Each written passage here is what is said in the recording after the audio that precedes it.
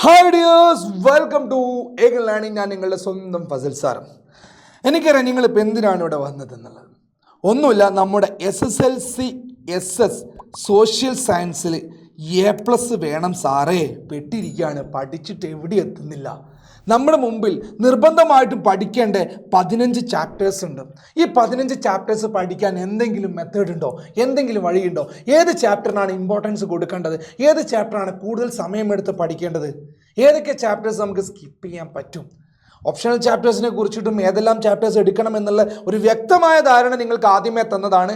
ഈ വീഡിയോ അവസാനം വരെ കണ്ടാൽ നിങ്ങൾക്ക് സോഷ്യൽ സയൻസ് SS1ഉം SS2ഉം എങ്ങനെ പഠിക്കണം എന്നുള്ള ഒരു ധാരണ കിട്ടും. എങ്ങനെ പഠിക്കണം എന്നുള്ള.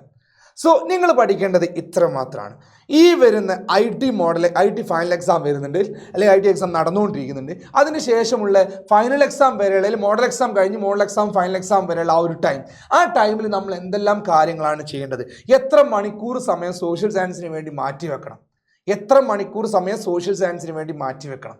അതാണ് ഇവിടെ പറയാൻ പോകുന്നത്. സോ നമുക്കൊന്ന് കാൽക്കുലേറ്റ് ചെയ്തിട്ട് പെട്ടെന്ന് തന്നെ അങ്ങ് തിരിച്ചു തരാം. Okay, so very simple. ഇതേപോലെ നിങ്ങൾ അങ്ങ് പ്രവർത്തിച്ച് കഴിഞ്ഞാൽ നിങ്ങൾക്ക് ഈസി ആയിട്ട് സോഷ്യൽ കവർ ചെയ്യാൻ പറ്റും. ഓക്കെ, അപ്പോൾ നോക്കൂ, നമ്മുടെ മുമ്പിൽ എന്തുണ്ടെന്നറിയോ? നമ്മുടെ മുമ്പിൽ SS1ഉം ഉണ്ട്, SS2ഉം ഉണ്ട്.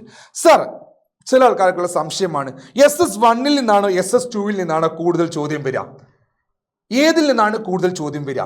അതിൻ്റെ എനിക്കൊരൊറ്റ ഉത്തരമേ ഉള്ളൂ, 40 ടോട്ടൽ 80. ഇങ്ങനെയാണ് നിങ്ങൾ എഴുതേണ്ടത്.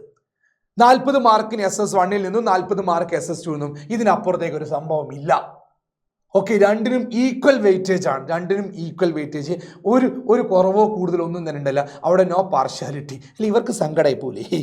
അപ്പം അതുകൊണ്ട് ആ ഒരു ചിന്ത ആർക്കും വേണ്ട. അപ്പം സാർ, ബാക്കി ഇപ്പം നമുക്കറിയാം SS1 11 ചാപ്റ്റർ ഉണ്ട്, SS2 10 ചാപ്റ്റർ ഉണ്ട്.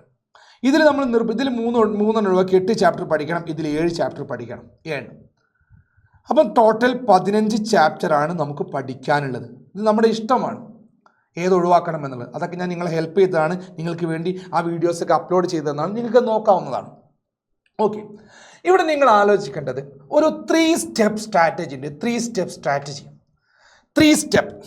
എന്താണ് ഈ 3 സ്റ്റെപ്പ് സ്ട്രാറ്റജി? ഞാനതിനെ പൊതുവെ 3:2:1 എന്നുള്ള രീതിയിലാണ് ഞാൻ പറയാറുള്ളത്. 3:2:1. ഓക്കെ, നല്ല പോലെ ശ്രദ്ധിക്കണം കേട്ടോ. എന്താണ് ചെയ്യേണ്ടതെന്ന് വെച്ചാൽ, ഇപ്പം നിങ്ങൾ ഒരു ചാപ്റ്റർ പഠിക്കുകയാണ്. എളുപ്പമുള്ളൊരു ചാപ്റ്ററിനെ ഞാനങ്ങ് പറയാം, വളരെ എളുപ്പമുള്ളൊരു chapter. India the land of diversity. ഈ ചാപ്റ്ററാണ് പഠിക്കേണ്ടത്. ഈ ചാപ്റ്ററിൻ്റെ മാർക്കിംഗ് പാറ്റേൺ എങ്ങനെയാണ് ക്വസ്റ്റ്യൻ വരിക, അതെല്ലാം ലൈവിലായാലും റെക്കോർഡ് വീഡിയോസിലൊക്കെ പറഞ്ഞിട്ടുണ്ട്.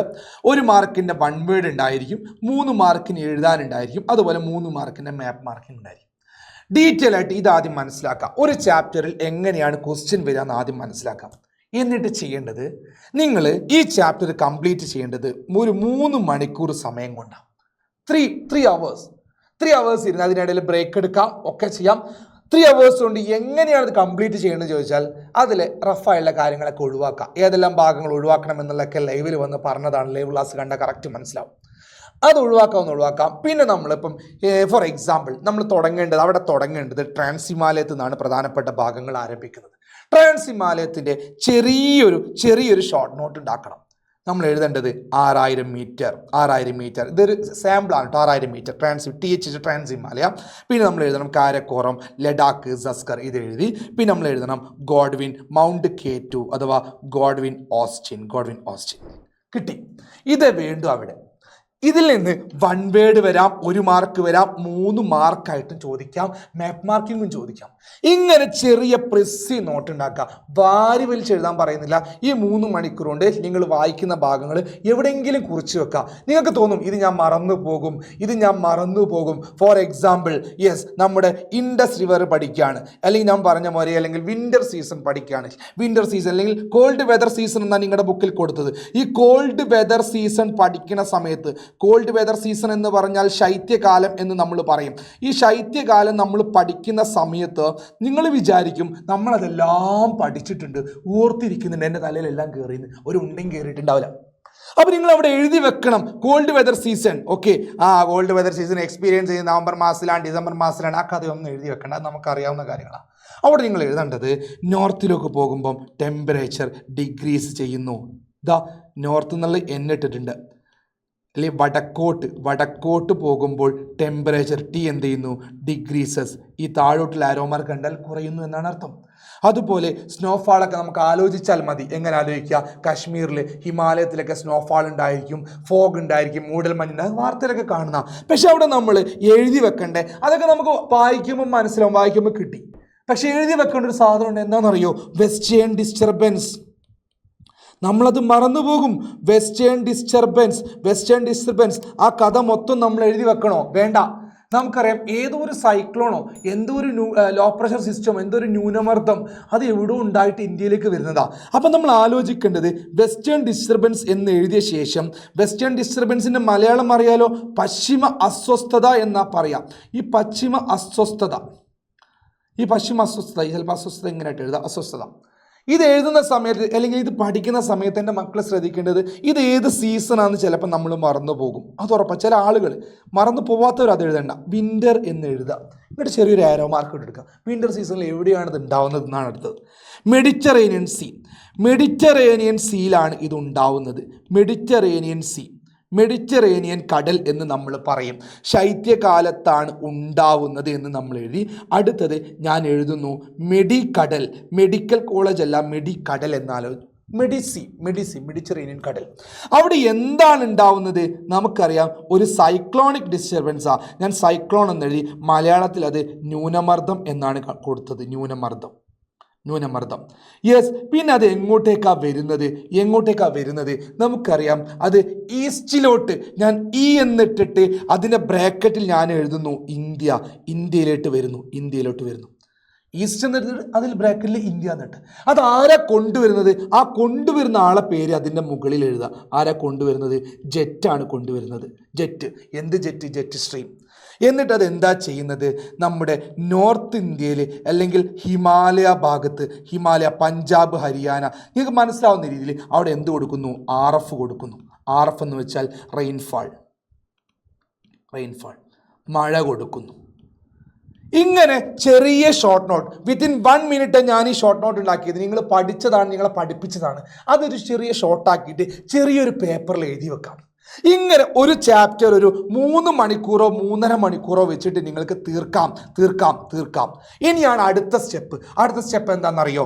3 മണിക്കൂർ കൊണ്ട് ആ പ്രോസസ്സ് ഒരു ചാപ്റ്ററിന് തീർന്നാൽ നെക്സ്റ്റ് നിങ്ങൾ പോവേണ്ടത് 2 മണിക്കൂർ അല്ലെങ്കിൽ 1.5 മണിക്കൂർ, നിങ്ങൾക്ക് എത്ര വേണമെങ്കിലും എടുക്കാം. ഒരു 1.5 മണിക്കൂർ കൊണ്ട് നിങ്ങൾ എഴുതി വെച്ച കാര്യങ്ങളും നിങ്ങളുടെ ബുക്കും കൂടെ വെച്ചിട്ട് ഇതൊക്കെ ഞാൻ പഠിച്ചതാണ്, ഒന്ന് ക്രോസ് ചെക്ക് ചെയ്യുക. അത് ഞാൻ എഴുതിയതാണ്, ഒന്ന് നോക്കാം. യെസ്, എങ്ങനെ ഒന്ന് വായിക്കുക, കുറച്ചുകൂടെ സ്പീഡാക്കുക. ഒരു സ്പീഡി പ്രോസസ്സ്, കുറച്ചും കൂടെ സ്പീഡായിട്ട് നോക്കി ചടപടെ അങ്ങ് പോവാം. മനസ്സിലായോ?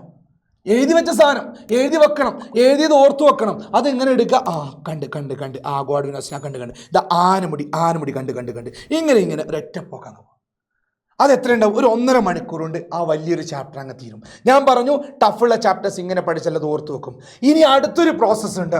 ഒരു 1 അവർ കൊണ്ട്, 1 മണിക്കൂർ കൊണ്ട് ഇതേ കാര്യം, അല്ലെങ്കിൽ ഒരു 1/2 മണിക്കൂർ കൊണ്ട് ഇതൊന്നും കൂടെ റിപ്പീറ്റ് ചെയ്യാം. ഒരു ദിവസം തന്നെ ചെയ്യേണ്ട. നിങ്ങൾ ലിസൺ. ഫോർ എക്സാമ്പിൾ, ഇപ്പം നിങ്ങൾ 2-ാം തീയതി അല്ലെങ്കിൽ 3-ാം തീയതി ഒരു ദിവസം എടുക്കുക. അപ്പം മൺഡേ ആണ് നിങ്ങൾ ഈ പ്രോസസ്സ് തുടങ്ങുന്നത്. മൺഡേ നിങ്ങൾ 3 മണിക്കൂർ കൊണ്ട് ഒരു ചാപ്റ്റർ ഫിനിഷ് ചെയ്തു. പിന്നെ നിങ്ങൾ ബാക്കിയുള്ള സബ്ജക്റ്റൊക്കെ പഠിക്കാം. ബാക്കിയുള്ള സബ്ജക്റ്റ് 3 മണിക്കൂർ ചിലപ്പോൾ എടുക്കില്ല, ചിലപ്പോൾ 2 മണിക്കൂർ 1 മണിക്കൂറൊക്കെ എടുക്കുള്ളൂ ആ പ്രോസസ്സിന് വേണ്ടി, ആദ്യത്തെ പ്രോസസ്സ്. അത് കഴിഞ്ഞിട്ട് നിങ്ങൾ ഒരു ദിവസം കഴിഞ്ഞിട്ടാണ് അടുത്ത ക്രോസ് ചെക്കിംഗ് നടത്തേണ്ടത്. നിങ്ങൾ എഴുതിയ പേപ്പർ ഉണ്ടായിരിക്കും, ആ എഴുതിയ പേപ്പർ വെച്ചിട്ട്, ഇതൊക്കെ എഴുതി വെച്ച സാധനങ്ങളാണ്. ഒരു പേപ്പർ 1.5 പേപ്പർ ഉണ്ടാവുള്ളൂ. അത് വെച്ച് നിങ്ങളുടെ ടെക്സ്റ്റ് ബുക്കും വെച്ചിട്ട് എന്ത് ചെയ്യണം? നിങ്ങൾ വായിച്ചിട്ട് ഒരു ക്രോസ് ചെക്കിംഗ് നടത്താം. അത് ഒരു ദിവസം കഴിഞ്ഞിട്ട്. ഇനി 2 ദിവസം കഴിഞ്ഞിട്ട് എന്ത് ചെയ്യണം? ഇതും കൂടെ ചെയ്യാം. ഒരു 1.5 അല്ലെങ്കിൽ 1 മണിക്കൂർ കൊണ്ട് പെട്ടെന്നൊന്ന് എന്ത് ചെയ്യാം? റിവേഴ്സ് ചെയ്യാം. ഇത് ഞാൻ പറഞ്ഞു എല്ലാ ചാപ്റ്ററും ഇങ്ങനെ ചെയ്യണോ? വേണ്ട.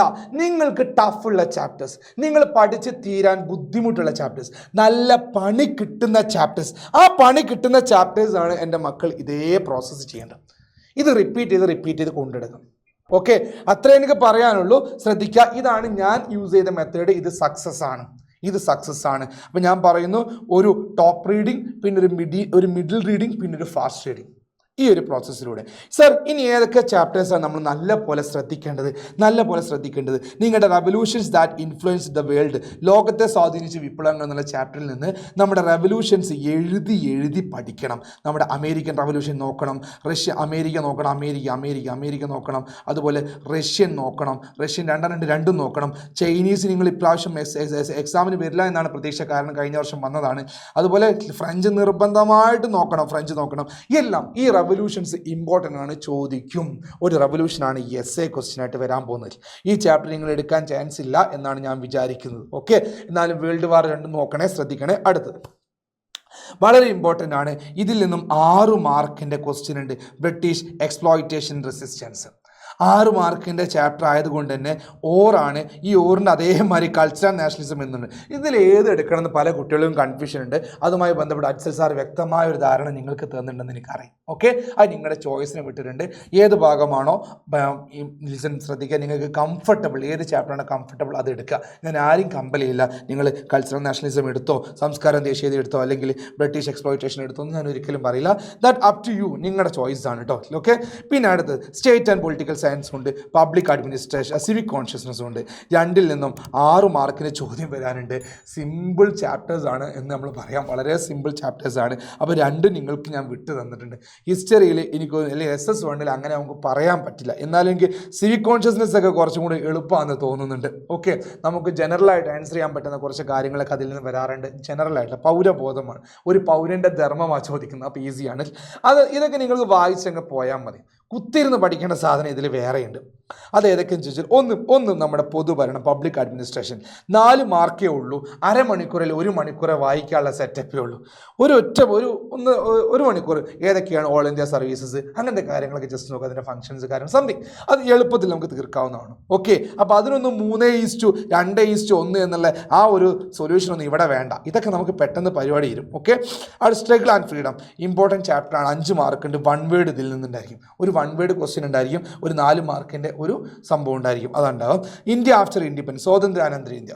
ഓക്കെ, അപ്പോൾ ഇതിൽ സയൻസ് ആൻഡ് ടെക്നോളജി ഒക്കെ വളരെ ഇമ്പോർട്ടൻ്റ് ആണ്. ഇന്ത്യ എങ്ങനെയാണ് ആ ഗ്രോത്ത് അറ്റൈൻ ചെയ്തെന്നുള്ള കാര്യങ്ങളൊക്കെ it's very important chapter. So ഇത് മത്സൽ സാർ വളരെ വെടുപ്പായിട്ട് പറഞ്ഞതാണ്. ഇതിൽ കുറച്ച് സമയം സ്പെൻഡ് ചെയ്യുന്നത് നന്നായിരിക്കും. ഓക്കെ, അപ്പോൾ നിങ്ങൾ ഓർ ചാപ്റ്റേഴ്സ് അവിടെ ഇരിക്കണം. ഓർ ചാപ്റ്റേഴ്സ് എന്തായാലും പഠിക്കണം. ഓക്കെ, ഓർ ചാപ്റ്റേഴ്സ് പഠിക്കുന്ന സമയത്ത് ഞാൻ ജോഗ്രഫി വെച്ച് പറഞ്ഞ, ഹിസ്റ്ററി വെച്ച് എനിക്കത് ആധികാരികമായിട്ട് പറയാൻ എനിക്ക് കഴിയില്ല.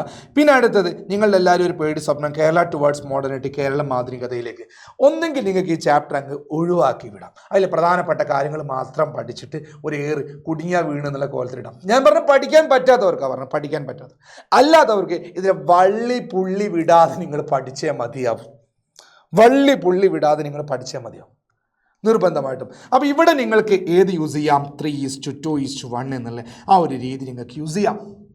ഞാൻ നേരത്തെ പറഞ്ഞ് എങ്ങനെയാണോ India the land of diversity, അല്ലെങ്കിൽ റിസോഴ്സ് വെൽത്ത് ഓഫ് ഇന്ത്യ, വിഭവങ്ങളുടെ ഇന്ത്യ, നമ്മുടെ വൈവിധ്യങ്ങളുടെ ഇന്ത്യ, ഇതൊക്കെ എങ്ങനെയാണോ പഠിച്ചത്, ഇന്ത്യ സാമ്പത്തിക ഭൂമിശാസ്ത്രം എങ്ങനെയാണോ പഠിച്ചത്, അതേപോലെ നമുക്ക് ഇതും പഠിക്കാം, കേരള ടുവേർഡ്സ് മോഡേണിറ്റി. ഓക്കെ, അപ്പോൾ അതെങ്ങനെ ഓരോ പീസാക്കി മാറ്റി ഓരോ ഭാഗം എഴുതി വെച്ച് നോട്ട്സ് ഉണ്ടാക്കി അടുത്ത് വെച്ച് ആദ്യം ഒരു വലിയൊരു വായന നടത്തി, ആ വായനയിൽ നമ്മൾ നോട്ടുണ്ടാക്കുന്നു, അടുത്തതൊരു ഫാസ്റ്റ് റീഡിങ് നടത്തുന്നു. ആ ഒരു പ്രോസസ്സിലൂടെ നമുക്ക് കടന്നു പോകാം. സോഷ്യോളജി വാട്ടുവായി 3 മാർക്കിൻ്റെ ക്വസ്റ്റ്യൻ ഉണ്ടാവുള്ളൂ. സിമ്പിൾ ചാപ്റ്റർ എന്ന് വെച്ചാൽ ഒരിക്കലും സ്കിപ്പ് ചെയ്യരുത്. എളുപ്പത്തിൽ മാർക്ക് നേടാൻ പറ്റുന്ന ഒരു ചാപ്റ്ററാണ്. ഒരു 3/4 മണിക്കൂറാണ് നമുക്കത് റിവിഷൻ ചെയ്ത് തീർക്കാൻ പറ്റും. Okay, yes. ആകെ മൊത്തം ടോട്ടലി നമുക്ക് ഹിസ്റ്ററി ഒരു 3 തവണ വായിക്കാൻ വേണ്ട സമയം, 3 തവണ ഫാസ്റ്റ് റീഡിങ് ആയിക്കോട്ടെ, എല്ലാം കൂടെ നമുക്ക് ചെയ്യാൻ വേണ്ട സമയം നിങ്ങൾ സ്പെൻഡ് ചെയ്യേണ്ടത് എറൗണ്ട് കാൽക്കുലേറ്റ് ചെയ്ത് നോക്കുമ്പോൾ 25 മണിക്കൂർ സ്പെൻഡ് ചെയ്താൽ മതി.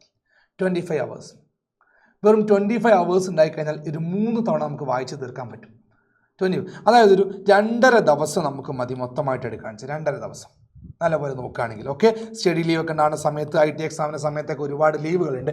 IT എക്സാം കഴിഞ്ഞാൽ അതിന് മുമ്പിലോ നമ്മളെല്ലാം പഠിച്ച് തീർത്തിട്ടുണ്ടെങ്കിൽ നമുക്കത് ചെയ്യാവുന്നതാണ്. നെക്സ്റ്റ്, നമ്മുടെ ഭൂമിശാസ്ത്രം അല്ലെങ്കിൽ SS2 വന്നാൽ ഇതിലെല്ലാവരും എടുക്കുക ഋതുഭേദങ്ങളുടെ സമയമാണ്.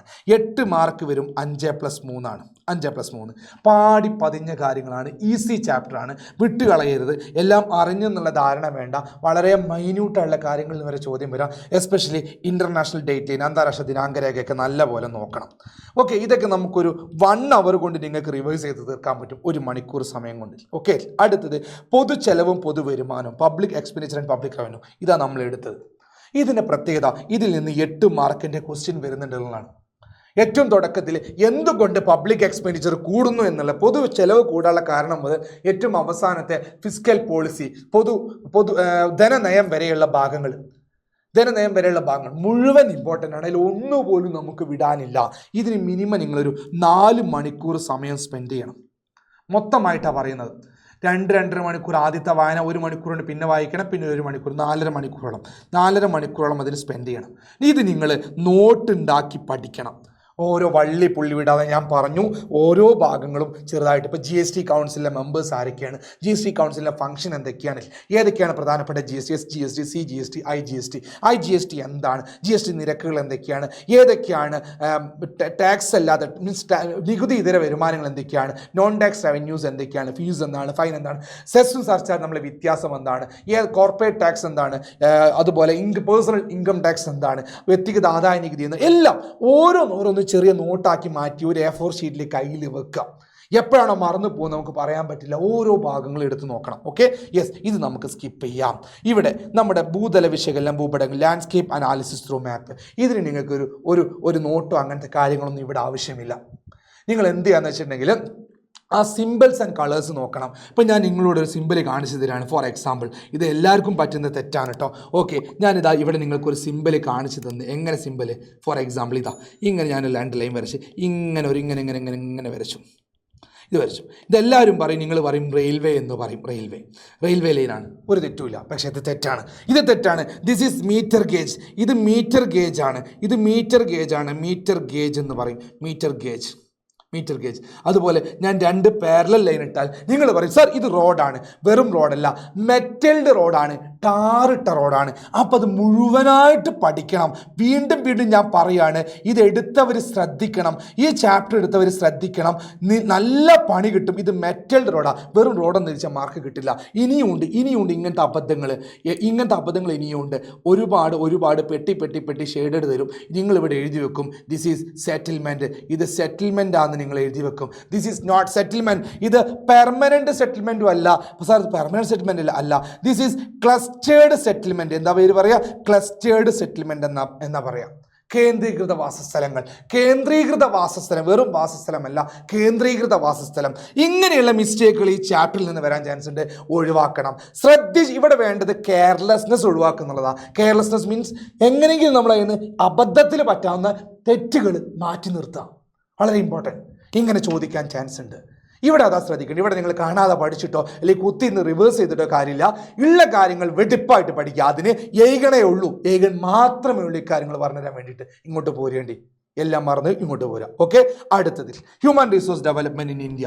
ഈ ചാപ്റ്റർ 1 to Z അല്ലെങ്കിൽ A to Z പഠിക്കണം. A to Z പഠിക്കണം. 4 മാർക്ക്, 3+1 ആയിരിക്കാം. ചിലപ്പോൾ 4 മാർക്കിൻ്റെ ഒറ്റ ക്വസ്റ്റ്യൻ ആയിട്ടും വരാം.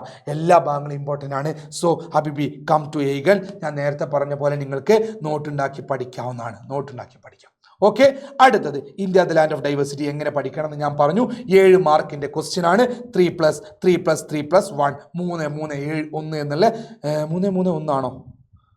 3 എന്നുള്ള ഓർഡറിലാണ് വരുന്നത്. 3 മാർക്ക് മാപ്പ് മാർക്കിംഗ്, 3 മാർക്കിൻ്റെ ക്വസ്റ്റ്യൻ, അതുപോലെ 1 മാർക്കിന് 1 വേർഡ്. Okay, very important.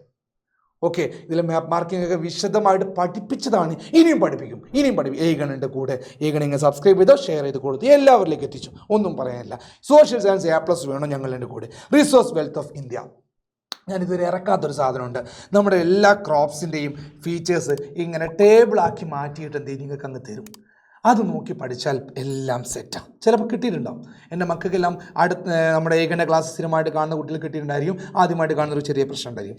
അങ്ങനെ ടേബിളാക്കി മാറ്റി പഠിക്കണം. പിന്നെ അതിൽ ഏതെല്ലാം ഭാഗങ്ങളാണ് നമുക്ക് ഒഴിവാക്കാൻ പറ്റുക? എയർ ട്രാൻസ്പോർട്ട് നമുക്ക് ഒഴിവാക്കാം. എയർ ട്രാൻസ്പോർട്ട് നിങ്ങൾ പഠിക്കേണ്ട. എയർ ട്രാൻസ്പോർട്ട് ഒഴിവാക്കാം. അത് ഒഴിവാക്കാൻ പറ്റാവുന്നൊരു ഭാഗമുള്ളൂ. ബാക്കിയുള്ള ഏത് ഭാഗത്തു നിന്ന് വേണമെങ്കിലും 3+1+1 1 വേർഡ് വരാം. 1 മാർക്കിൻ്റെ ക്വസ്റ്റ്യൻ വരാം. ഓരോ മാർക്കും പ്രധാനപ്പെട്ടതാണ്. മാറിപ്പോവരുത്. മാറിപ്പോവാൻ നല്ല ചാൻസ് ഉണ്ട്. ഓക്കെ, ഒരു തവണ ന്യൂക്ലിയർ മിനറൽസ് വരെ എക്സാമിന് ചോദിച്ചിട്ടുണ്ട്. Okay, consumer satisfaction and protection, ഉപഭോക്താവ് സംതൃപ്തിയും സംരക്ഷണവും 4 മാർക്കിൻ്റെ ക്വസ്റ്റ്യൻ ആണ്. 2+2 എന്നുള്ള ഓർഡറിൽ 4 മാർക്കിൻ്റെ ഒരൊറ്റ ക്വസ്റ്റ്യൻ ആയിട്ട് വരാറുണ്ട്. ഇതിൽ ഇമ്പോർട്ടൻറ്റ് ക്വസ്റ്റ്യനൊക്കെ നമ്മൾ എന്ത് ചെയ്യുന്നുണ്ട്, ലൈവുകളിൽ ഡിസ്കസ് ചെയ്യുന്നുണ്ട്. ഇങ്ങോട്ട് പോരാ, ഇതിലും ചോദ്യം ചോദിക്കുന്ന ഭാഗങ്ങളുണ്ട്, ചോദ്യം ചോദിക്കാൻ സാധ്യതയില്ലാത്ത ഭാഗങ്ങളുണ്ട്, വിശദമായിട്ട് പറഞ്ഞു തരുന്നുണ്ട്. ഇത് നമുക്കൊരു 5 അല്ലെങ്കിൽ 4 മണിക്കൂർ എടുത്ത് പഠിക്കേണ്ട ചാപ്റ്റർ തന്നെയാണ്. നിങ്ങൾക്ക് ഈസി ആയിട്ട് മനസ്സിലാക്കാൻ പറ്റാവുന്ന ചാപ്റ്ററാണ്. ഒരു ഉപഭോക്താവ്, കൺസ്യൂമർ എപ്പോഴാണ് ചീറ്റ് ചെയ്യപ്പെടുക, കൺസ്യൂമറിന് എങ്ങനെയാണ് അതിൻ്റെ കോമ്പൻസേഷൻ കിട്ടുക, അങ്ങനത്തെ ഒരുപാട്, കൺസ്യൂമറിന് ഏതെല്ലാം കോർട്ടിൽ നമുക്ക് സമീപിക്കാൻ പറ്റും, അതിൻ്റെ നമുക്ക് ഉപഭോക്തൃ കോടതികൾ, കൺസ്യൂമർ കോർട്ടുകളുണ്ട്, ആ കൺസ്യൂമർ കോർട്ടിൻ്റെ ഹൈറാർക്കി എങ്ങനെയാണ്, ഓക്കെ, ഇങ്ങനെയുള്ള ഒരുപാട് കാര്യങ്ങളുണ്ട്. അതുപോലെ ക്വാളിറ്റി അഷ്യൂർ ചെയ്യുന്ന കുറച്ച് ഏജൻസികളുണ്ട്, അതിൻ്റെ ആ ഒരു സിമ്പലുകൾ, അതിൻ്റെ ഫംഗ്ഷന് കാര്യങ്ങളൊക്കെ, ഓക്കെ, ഇങ്ങനത്തെ കാര്യങ്ങളൊക്കെ അവിടെ പഠിക്കാനുള്ളത്. ഡീറ്റെയിൽ ആയിട്ട് പറഞ്ഞുതരാം. ഇവിടെ നിങ്ങൾ നോട്ടുണ്ടാക്കി പഠിക്കുന്നത് നന്നായിരിക്കും. നോട്ടുണ്ടാക്കി പഠിക്കേണ്ട ഭാഗങ്ങളാണിത്. ഞാൻ പറഞ്ഞു നോട്ടുണ്ടാക്കി പഠിക്കേണ്ട ഭാഗങ്ങൾ ഏതൊക്കെയാണ്, നോട്ടുണ്ടാക്കാതെ പഠിക്കേണ്ട ഭാഗങ്ങൾ ഏതൊക്കെയാണ് വിശദമായിട്ട് പറഞ്ഞു. ഇതിന് നമുക്ക് വേണ്ടത് ഏകദേശം ഒരു 23 അവേഴ്സ് അല്ലെങ്കിൽ 24 അവേഴ്സ് നമുക്കിതിനും വേണ്ടത്. മൊത്തം ഒരു 50 മണിക്കൂർ 50 അവേഴ്സ് നിങ്ങൾ SS വേണ്ടി സ്പെൻഡ് ചെയ്താൽ നിങ്ങൾക്ക് ഫുൾ A+ കിട്ടും. ഞാൻ പറഞ്ഞത് ഇതുവരെ ഒന്നും തുടങ്ങാത്തവർക്ക്, ഒരു കുന്തും അറിയാത്തവരുടെ കാര്യമാണ് പറയുന്നത്. 2 തവണ റിവിഷൻ കഴിഞ്ഞു അല്ലെങ്കിൽ 3 തവണ റിവിഷൻ കഴിഞ്ഞു, ഞാൻ കുറേ നോട്ട്സ് ഉണ്ടാക്കിയിട്ടുണ്ട്, അങ്ങനെയുള്ള ആളുകളുണ്ടായിരിക്കും. അങ്ങനെയുള്ള ആളുകൾക്ക് വെറും 10 മണിക്കൂർ ഒന്ന് സ്പെൻഡ് ചെയ്താൽ, ഈ ഓർഡറിൽ സ്പെൻഡ് ചെയ്ത് കഴിഞ്ഞാൽ നിങ്ങൾക്ക് A+ ഉറപ്പാണ്. അതിന് ഏഗണിൻ്റെ ക്ലാസ് ഉണ്ട്. ഏഗണിൽ ഞാനും അജ്സൽ സാറും യദു സാറും ഉണ്ട്. സോ ഹബീബി, കം ടു ഏഗൺ. നിങ്ങൾ ഒരു കാര്യത്തിൽ നിങ്ങൾ പേടിക്കേണ്ട. Eigen is here, wife here. Eigen ഇവിടെ ഉണ്ട്. ആപ്പ് ഡൗൺലോഡ് ചെയ്യുക, നേരെ ഏഗൺ വാരിയറായിട്ട് മാറുക. മെൻറ്റേഴ്സ് വഴി ഞങ്ങളെ കോൺടാക്റ്റ് ചെയ്യാം, ഡൗട്ട് ഉണ്ടെങ്കിൽ ചോദിക്കാം, ഒക്കെ ചെയ്യാം. ഓക്കെ, സോ ഞാൻ പോകുന്നു. ചെറിയൊരു ധാരണ നിങ്ങൾക്ക് ഏതൊക്കെ ഭാഗങ്ങൾ എങ്ങനെ പഠിക്കണമെന്ന് കിട്ടിയെന്ന് വിചാരിക്കുന്നു. Thank you, bye. നിങ്ങളുടെ സംശയങ്ങളൊക്കെ താഴെ എന്ത് ചെയ്യുക, കമൻറ്റ് ബോക്സിൽ ഇടുക, അതിനൊക്കെ റിപ്ലൈ ഞാൻ തരാൻ ശ്രമിക്കാം. Thank you, bye, see U.